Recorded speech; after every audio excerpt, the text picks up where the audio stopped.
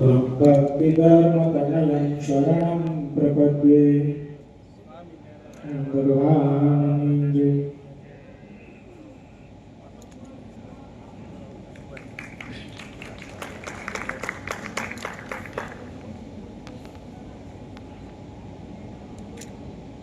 આવનાર વર્ષોમાં વધુ પ્રખર બનાવે તેવી ભગવાન લક્ષ્મીનારાયણ દેવના ચરણોમાં પ્રાર્થના.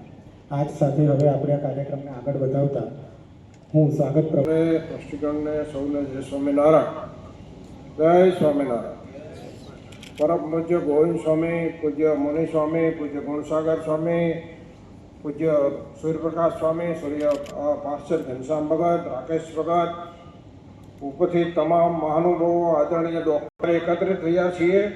આ માત્ર ઉજવણીનો પ્રસંગ નથી, પણ છેલ્લા 9 વર્ષ દરમિયાન હોસ્પિટલ દ્વારા આપવામાં આવેલી નિસ્વાર્થ સેવા, સમર્પણ, માનવતા અને કાર્યો યાદ કરવાનો અવસર છે. ભગવાન શ્રી સ્વામિનારાયણની કૃપા તથા સંતોના આશીર્વાદ હોસ્પિટલ દર્દી નારાયણની સેવા સર્વોપરી ધ્યેય બનાવી ગ્રામ્ય વિસ્તારો સુધી આરોગ્ય સેવાઓ પહોંચાડવાનો સફળ પ્રયત્ન કરવામાં આવ્યો છે.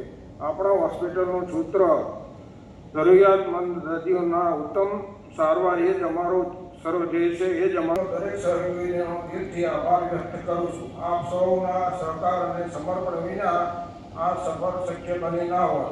ચાલો આપણે સૌ મળીને સંકલ્પ કરીએ કે આવનારા વર્ષોમાં વધુ ઉત્તમ અને માનવતાસભર આરોગ્ય સેવાઓ સમાજમાં પૂરી પાડીએ. અંતમાં ફરી એકવાર આપ સૌનો આ વાર્ષિક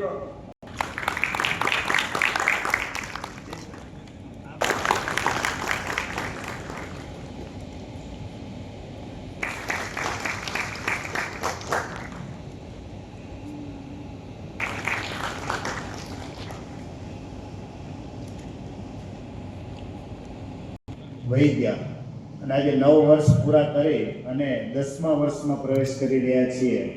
ત્યારે આજે આપણી વચ્ચે આપણા 9મા વાર્ષિક મહોત્સવમાં પધારેલા આસિસ્ટન્ટ કોઠારી ગુણસાગર સ્વામી, પૂજ્ય ગોવિંદ સ્વામી, પૂજ્ય સૂર્યપ્રકાશ સ્વામી, પૂજ્ય ભજન સ્વામી અને પૂજ્ય પાર્ષદ ઘનશ્યામ ભગત, મંદ લોકો અને આપણે સેવા કરી શકીએ. અને આજના જમાનામાં 2 વસ્તુ સૌથી મોંઘી છે, જે તમે બધા જાણો છો. આવે અને કેટલો ખર્ચ થાય એ એને જ ખબર પડે, બીજાને ખ્યાલ ન આવે. ત્યારે મહારાજશ્રીની જય સ્વામિનારાયણ.